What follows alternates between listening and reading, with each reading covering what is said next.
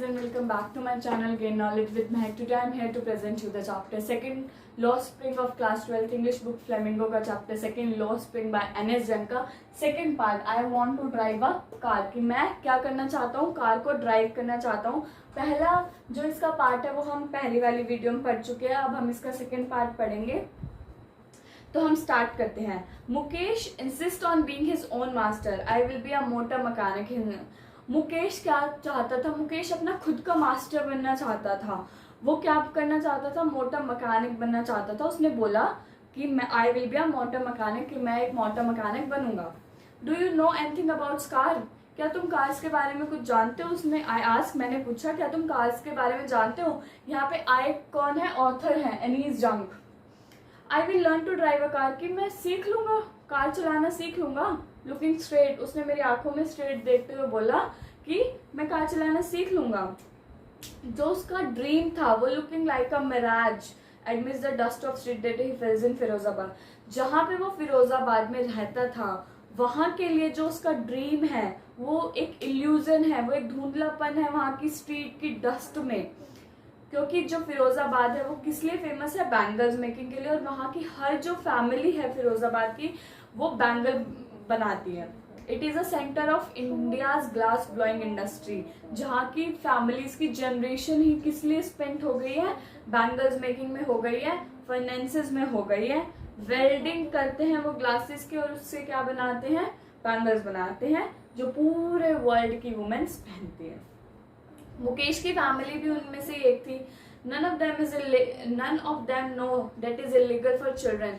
लेकिन उनमें से कोई नहीं जानता था कि ये चिल्ड्रन से काम कराना किसी भी इंडस्ट्री में इलीगल है, वो भी ग्लास फर्नेस की, जहाँ पे इतना हाई टेम्परेचर होता है, डिंजी सेल्स होते हैं जहाँ पे एयर और लाइट का कोई काम नहीं होता, और वो जबरदस्ती क्या कराते हैं? उनसे काम कराते हैं.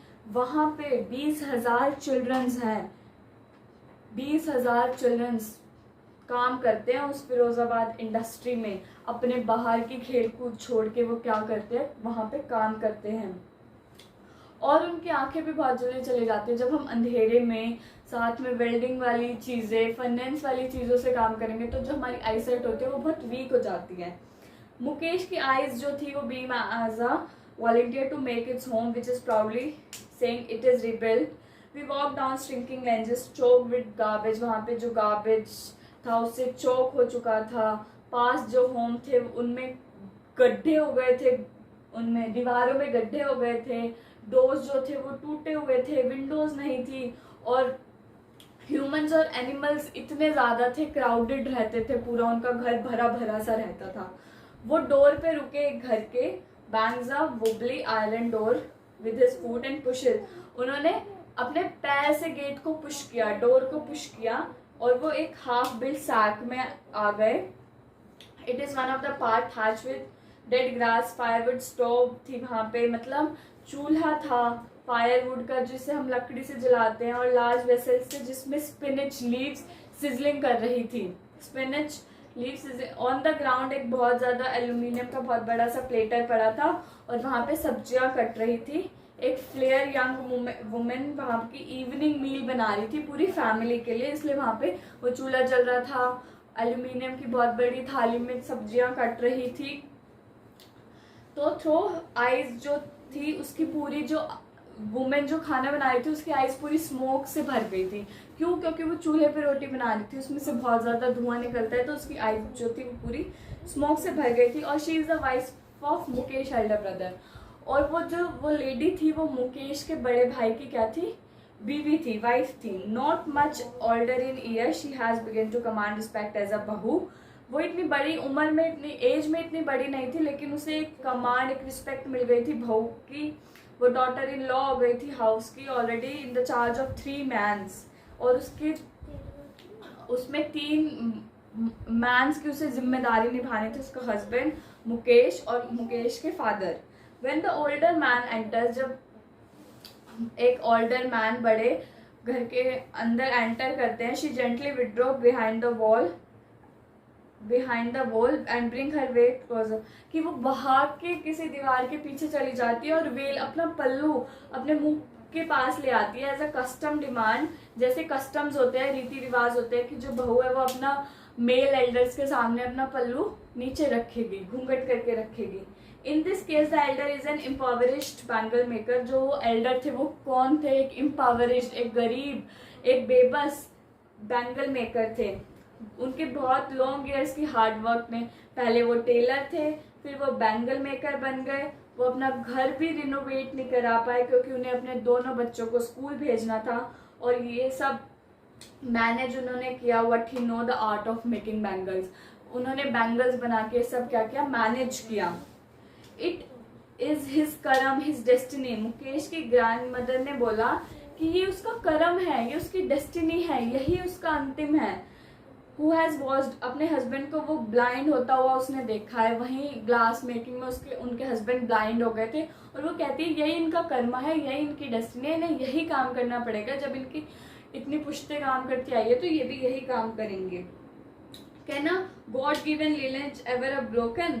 क्या भगवान की दी हुई परंपरा, भगवान का दिया हुआ खानदान, वंश, लिनेज हम तोड़ सकते हैं? शी इम्प्लाइज, उन्होंने बोला बोर्न इन द, अगर हम बैंगल मेकर की कास्ट में बोर्न हुए हैं तो हमारे पास कुछ और काम नहीं होगा, हम बैंगल्स ही बनाएंगे। हर एवरी स्ट्रीट, एवरी यार्ड, हर घर में, हर गली में वहाँ पे सिर्फ क्या थे? फिरोजाबाद के बैंगल्स बन रहे थे। बैंगल्स की स्पाइरलिंग हो रही थी, कोई गोल्ड था, कोई ग्रीन था, कोई रॉयल ब्लू था, पिंक, पर्पल, हर कलर की, रेनबो की तरह सातों कलर के बैंगल्स थे वहाँ पे। वो किसी यार्ड में पड़े थे बिना इकट्ठे किए हुए। 4 व्हील क्राफ्ट, कोई क्राफ्टिंग कर रहा था उन पे। और डार्क हटमेंट्स में next to the lines of flames और फ्लिकरिंग ऑयलेट, बॉयज और गर्ल्स वहाँ पे बैठे थे अपने मम्मी पापा के साथ, और वो वेल्डिंग पीसेस जो कलर ग्लास थे सर्कल्स बना रहे थे। उन्हें क्या कर रहे थे? अंधेरे में सर्कल्स बना रहे थे, इकट्ठा कर रहे थे बैंगल्स को, कि बैंगल्स गोल होती है ना, तो वो सर्कल बना रहे थे उसका। जो उनकी आईज थी वो बहुत ज्यादा डार्क में क्या हो गई थी?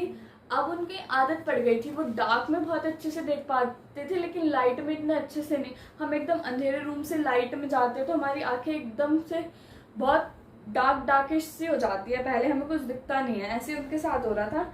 Date is why they often end up losing their eyesight. इसलिए वो अपनी आई साइट को बहुत जल्दी खो देते हैं अडल्ट होने से पहले। सविता एक यंग गर्ल थी पिंक ड्रेस में। वो एक एल्डर, एक बूढ़ी औरत के साइड में बैठी थी और वो क्या कर रही थी? सोल्डरिंग कर रही थी पीसेस ऑफ ग्लासेस को। As her hand moves mechanically like a tongue of machines. उसके हाथ ऐसे मूव कर रहे थे जैसे मशीन से काम, मशीन मूव करती है इतनी जल्दी जल्दी कि वो, मैं आई वंडर कि इसे इतना बैंगल्स के बारे में पता है कि हेल्प करा रही है। क्यों? क्योंकि जो बैंगल्स होती है वो क्या होता है? वुमेन्स का सुहाग माना जाता है उसे, ऑस्पिशियस इन मैरिज। मैरिज में बहुत ज़्यादा इसकी ज़रूरत होती है, बहुत इसे बहुत क्या माना जाता है? बहुत इंपॉर्टेंट चीज़ मानी जाती है वुमेन्स के लिए ये। It will down at her suddenly one day when her head is wrapped in a red वे।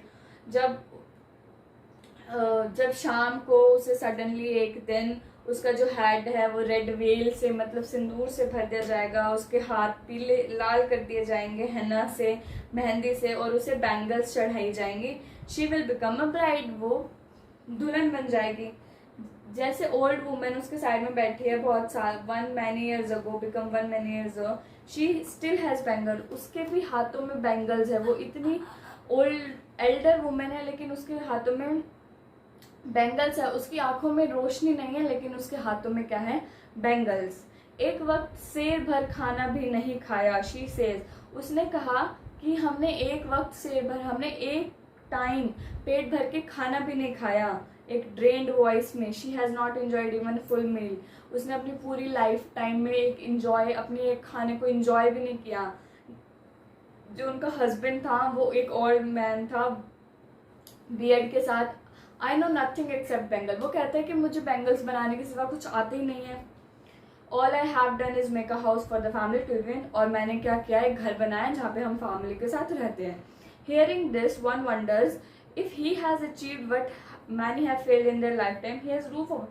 कि उस एल्डर मैन ने वो अचीव किया जो अभी तक मतलब किसी ने किया नहीं है, लाइफ टाइम में फेल्ड हो जाते हैं। उसने क्या किया? उसने अपनी फैमिली के लिए घर बनाया, उसने अपनी सिर के ऊपर छत तो डाली है। The cry of not having money do anything accept carry on the business.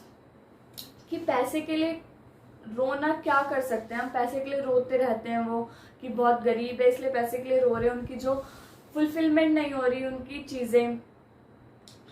The young man equal the lament of their elders, little had moved with time it seems in Firozabad, year of mind numbing toil have killed initiative and ability। वहाँ पे फिरोजाबाद में सिर्फ bangles ही बना सकते हैं और कोई काम नहीं कर सकते। और जो नई फ्यूचर जनरेशन की जो अब एडल्ट होते जा रहे हैं उनकी नए नए ड्रीम हैं, वो अपने ड्रीम को पूरा करना चाहते हैं, लेकिन कोई कर पाता है कोई नहीं कर पाता, किसी में इतना इनिशिएटिव अवेलेबिलिटी होती है कोई नहीं कर पाता। Why not organize yourself into a cooperative? I asked a group of young men who had fallen into a vicious circle of middleman। कि बोलते कि तुम अपना एक कोऑपरेटिव बना लो, अपनी एक ऑर्गेनाइजेशन बना लो। और उसने यंग मैन से बोला जो किसके अपने फादर या फोर फादर के जाल में फंसे हुए हैं, मतलब उस काम में फंसे हुए, वो बोलते हैं हमारी परंपरा है, हमारे फोर फादर्स ने करी है तो हम भी करेंगे। Even if we get organize we are the one who will be hold up by the police. कि अगर हमने अपना एक ऑर्गेनाइजेशन बना लिया तो हम पुलिस से मांग कर सकते हैं कि हम ये नहीं करेंगे, और हम पुलिस से पिटेंगे या फिर वो हमें जेल में लेके जाएंगे, समथिंग इलीगल करेंगे। अगर वो इलीगल ही कर रहे हैं, क्यों? क्योंकि वो बच्चों से काम करा रहे हैं, बच्चों से काम करा रहे हैं तो वो पुलिस ऑर्गेनाइजेशन करेगी तो पुलिस उन्हें पीटेगी, उन्हें जेल तक ले जाएगी। क्यों? क्योंकि वो इलीगल काम कर रहे हैं। There is no leader among them, लेकिन उनके अंदर कोई भी एक लीडर नहीं था। No one could help them to see, और उनका कोई लीडर भी नहीं था और उन्हें कोई इस नज़रिए से देखता भी नहीं था कि कोई उनकी हेल्प कर सके। देयर फादर वैसे ही इतने थके हुए थे काम से, दे टॉक एंडलेसली इन सिंपैथ, क्योंकि वो बस क्या अपने पॉवर्टी के बारे में बात करते रहते थे और इनजस्टिस के बारे में बोलते रहते कि हमारे साथ क्या हो रहा है, भेदभाव हो रहा है, भेदभाव हो रहा है, भेदभाव हो रहा है। उन्हें सुनने के बाद मैंने दो डिस्टिंक्ट वर्ल्ड देखे, ऑथर ने दो डिस्टिंक्ट वर्ल्ड देखे।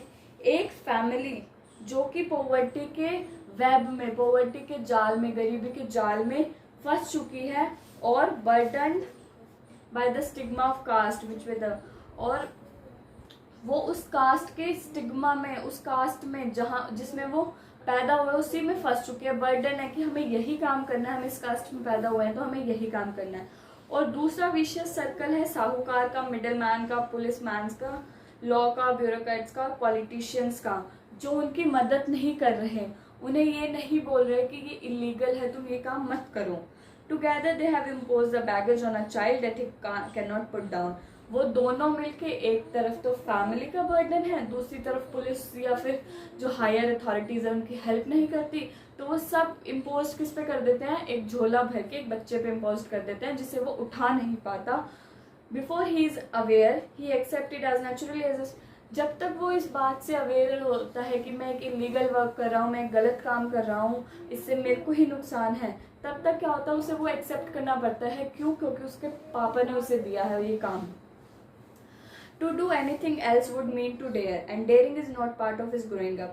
कुछ और करना, क्या करना, डेयर है उनके लिए बहुत अलग बात है कि हम ऐसा अलग करेंगे। और डेयरिंग तो उनकी ग्रोइंग अप, उनकी परवरिश का पार्ट ही नहीं है। When I sense a flash it in Mukesh, I am cheered, I want to be a mutton mechanic। और उनमें से मुकेश ही था जो चेयर करके कहता था कि मुझे मोटर मैकेनिक बनना है, वो रिपीट करता रहता था मुझे मोटर मैकेनिक बनना है, कि he will go to a garage and learn, कि वो गैराज गया, उसने वहाँ से सीखा, बट द गैराज, लेकिन गैराज जो था वो उसके घर से बहुत ज़्यादा दूर था। लेकिन मुकेश ने क्या बोला कि आई विल वॉक, मैं चल के जाऊँगा। Do you also dream of flying a plane. फिर मुकेश को उसने कहा कि क्या तुम प्लेन भी उड़ाना चाहोगे। ही सडनली साइलेंट, वो चुप हो गया। नो, कि मैं प्लेन नहीं उड़ाना चाहूँगा। In his small murmur there is an embarrassment that has not yet turned into regret. He is content to dream of car he sees hurtling down of streets, few airplanes flies over Firozabad। कि उसे सिर्फ motor mechanic बनना था, उसे आसमानों में नहीं उड़ना था। और उसे बहुत जल्दी बहुत ज़्यादा एम्बैरेसमेंट भी हो रही थी। वो एम्बैरेसमेंट किस लिए थी कि वो अपने फादर का काम छोड़ के उसने बोला कि मैं मोटर मैकेनिक बनूंगा, ये करूंगा, लेकिन जो उसकी एम्बैरेसमेंट थी वो रिग्रेट नहीं करेगा, क्योंकि वो मोटर मैकेनिक बनेगा तो एक अलग अपना एम, अपनी ड्रीम्स फुलफिल कर पाएगा। So that's it. ये थी मुकेश की कहानी। इससे पहले वाली वीडियो में हमने साहिब आलम की कहानी पढ़ी थी। दोनों स्टोरी से हमें क्या पता चलता है कि पॉवर्टी एक ऐसी चीज़ है जो चाइल्डहुड को चोरी कर लेती है, छीन लेती है, स्टोलन कर लेती है।